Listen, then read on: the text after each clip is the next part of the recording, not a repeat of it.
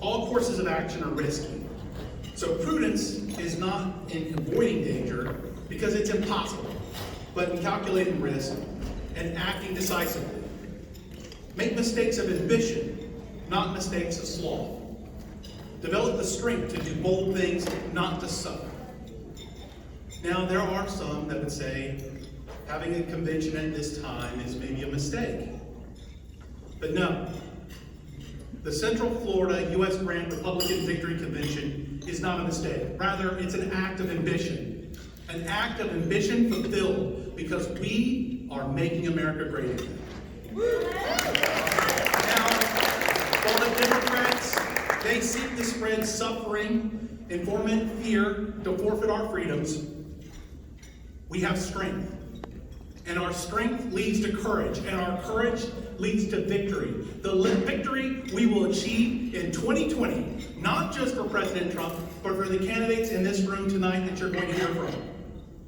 Now, you may look up on the banners on the side walls. There's a quote up there from General Grant that I find especially pleasing. And he says, "In every battle, there comes a time when both sides consider themselves beaten. He who continues the attack wins." And by being here tonight, we show the world that we will keep on attacking.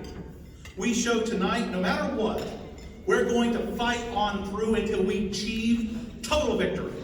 Total victory for our president, total victory for our party, total victory for the Republican Party right here in Orange County, Florida. So now, with your permission, if I may please have it, I would like to call the 2020 Central Florida U.S. Grant Republican Victory Convention to order. May I have your permission? Yes! And I'd like to introduce you to our first speaker tonight. This is a man that maybe you should know. He's the former press secretary to Vice President Mike Pence. He's the special assistant to our president, and he's director of strategic communications for Trump 2020, President Donald J. Trump. Marc Lotter.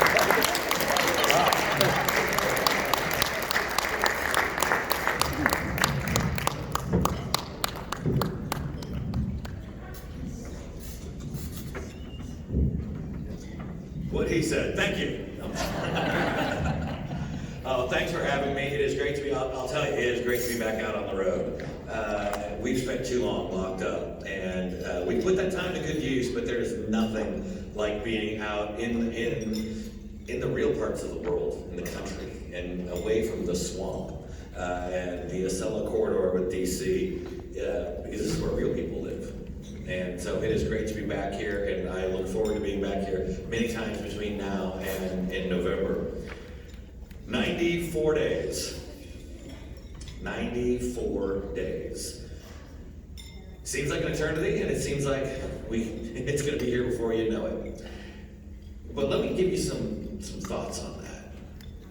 Because what's going to happen in 94 days is the same thing that happened in 2016. We're going to shock the world. We're going to shock the liberals. Florida is going to be one of the first states on the board of President Trump.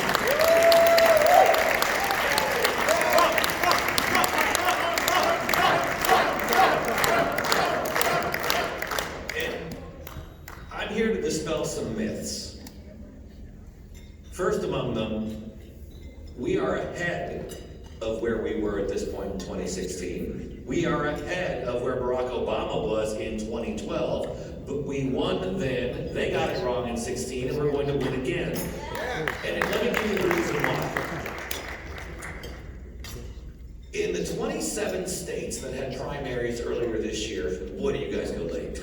But in the 27 states that have had primaries earlier this year and do so over the course of many years, in 23 of those 27 states, Donald J. Trump set a new record for the number of votes garnered by an incumbent president of either party. He got more than double the number of votes than Barack Obama. He got more votes than George W. Bush, and he even got more votes than Ronald Reagan himself.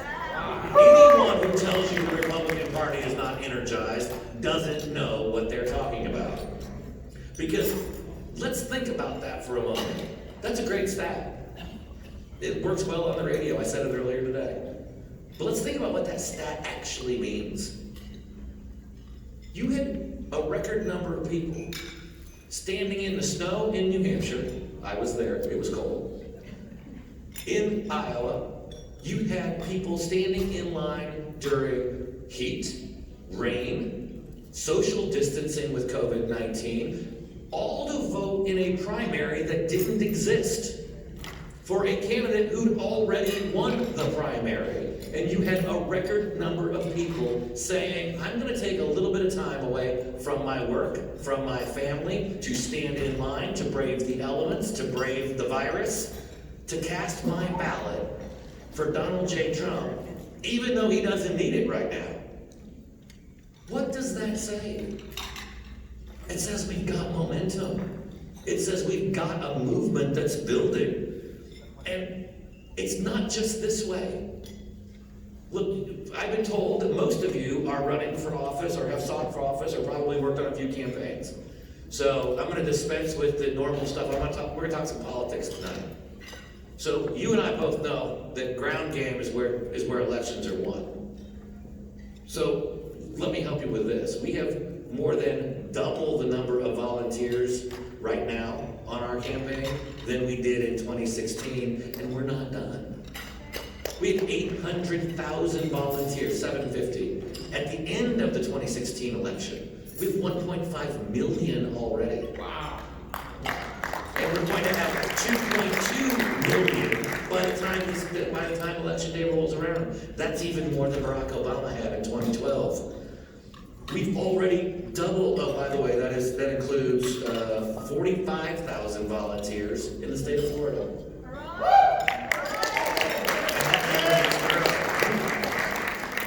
We have doubled the amount of new Republican voter registrations in this country compared to what we had done at the end of 2016. That includes 20,000 more new Republicans registered in the state of Florida. These are where we win. These are the margin makers. These are the places where the difference is really going to work. We have 180 paid staffers in the state of Florida right now. We didn't have 180 staffers in the paid. We didn't have 180 staffers in the whole campaign in 2016. And yet, just in this state, we already have 180. And many of them have been here for more than a year. This is where we win. Because there is not a single ad I can create or a mailer that I can put in your mailbox, because we all know you love mailers, that will mean as much as people in their communities hearing from people like you, or those volunteers, or those staffers, because they're hearing from their neighbors. They're hearing from people down the street, down the block, and hearing it from someone you trust, someone you know, someone who faces the same life situation as you do, or maybe the same HOA president that you do. You share that common bond. And when they talk to you about why this president needs to be reelected, it's going to be more moving, more influential than anything I can create in Washington, D.C.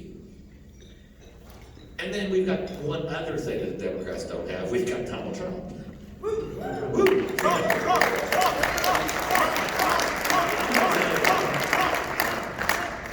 This president's caught me by a couple of decades, and I don't know how he does it.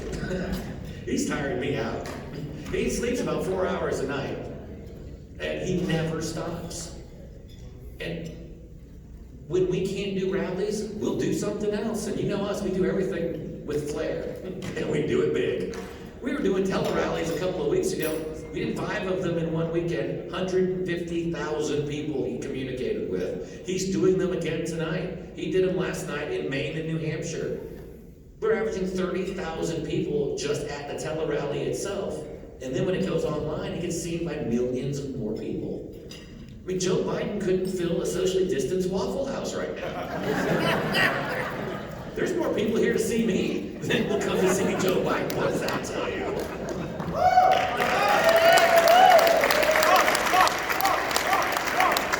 So, don't think for a moment because we can't get out and have a rally, that the work's not getting done.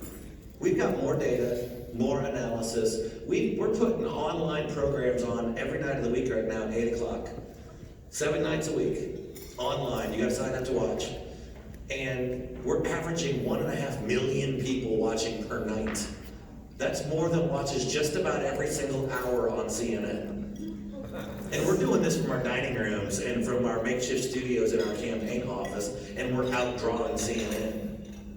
Also says something about CNN, but more than 1 billion people, or views, I should say, 1 billion views of those online shows.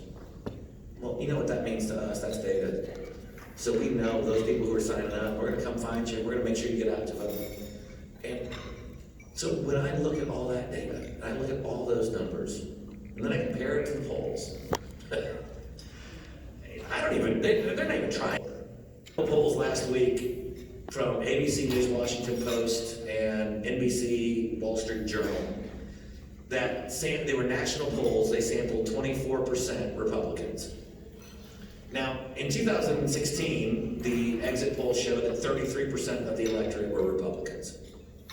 In 2018, where Republicans took a beating, that's a kind way of putting it, guess what? 33% of the voters were Republicans. So if you're a pollster that's polling 24% Republicans, and by the way, Republicans are also more energetic about voting for President Trump than they are Democrats are Joe Biden, you're either corrupt because you're intentionally trying to depress and mislead the American people, or you're incompetent. I'll let you pick, it's probably both. So don't believe the polls. Don't believe those fakes, the fake polls of registered voters, adults, that undersample Republicans that are trying to tell us what the numbers are. They got it wrong in 16, they haven't corrected it, they're getting it wrong again, and by the way, we're gonna keep telling them that. It won't change, but they'll learn their lesson again on November 3rd, November 4th, and if Democrats are New York, it's way November 20th or 29th. Who knows? They're still a month late. They still have two races from their primary over a month ago they still haven't called. Because they can't figure out how to count the ballots, the mail-in ballots, and the fake ones and the real ones. So we've got the momentum, we've got the energy, and better yet, we've got the message. Folks, we've got to talk to people. And we got to talk to people not like politicians do, and not like Washington, D.C. does. We've got to talk to people in ways that matter to them, in their communities, in their neighborhoods, about the issues that affect their lives. And right now, there's no more powerful message than just basic law and order. Right on. I am the son of a police officer. And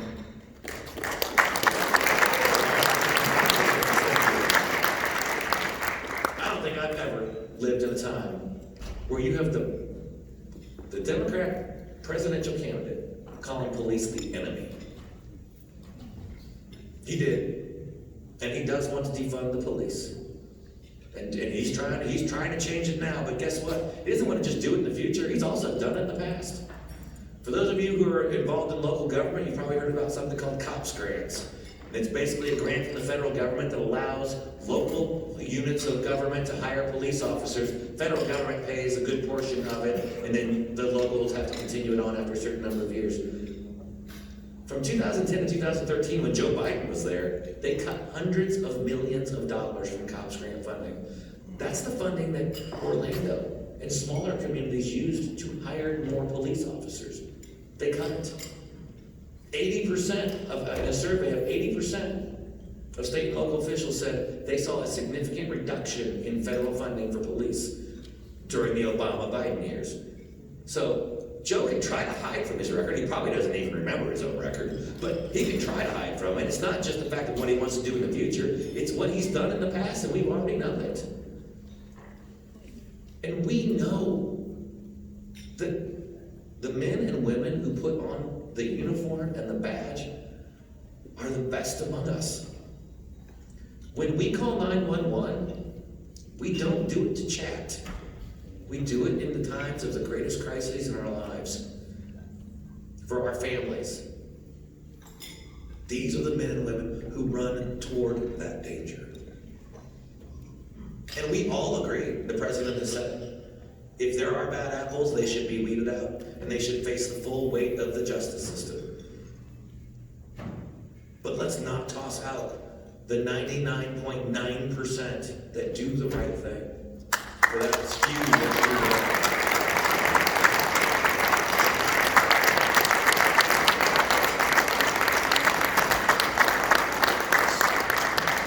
So let's talk to our neighbors about law and order. Did you know the former vice chair of the Democrat National Committee, one of the top elected officials in the state of Minnesota, thinks police shouldn't investigate rape?